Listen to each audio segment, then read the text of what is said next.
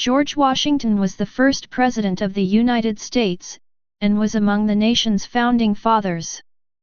As Commander-in-Chief of the Continental Army during the American Revolutionary War, he was the principal force in victory, effected with the surrender of the British at Yorktown. In 1787 he presided over the Constitutional Convention which formed the new federal government. Since the late 1780s, Washington has been known as the father of his country by compatriots. Scholarly and public polling ranks him among the top 3 presidents in history. Washington was born to a moderately prosperous family of planters, in colonial Virginia.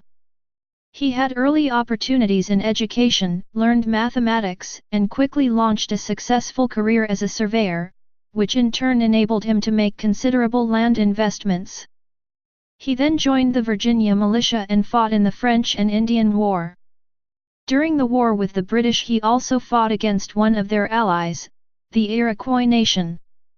His devotion to American republicanism impelled him to decline further power after victory, and he resigned as Commander-in-Chief in 1783.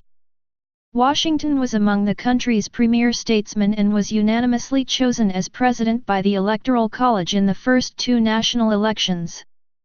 He promoted and oversaw the implementation of a strong, well-financed national government.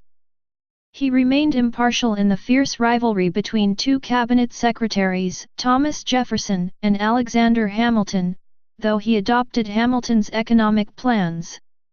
When the French Revolution plunged Europe into war, Washington assumed a policy of neutrality to protect American ships, although the controversial Jay Treaty of 1795 created an alliance with Great Britain. He set precedents still in use today, such as the Cabinet Advisory System, the inaugural address, the title Mr. President, and a 2-term limit. In his farewell address he gave a primer on civic virtue, warning of partisanship, sectionalism, and involvement in foreign wars.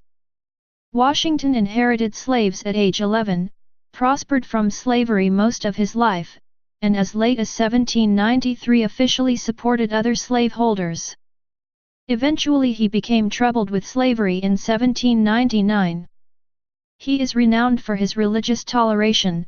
His personal religion and devotion to Freemasonry have been debated.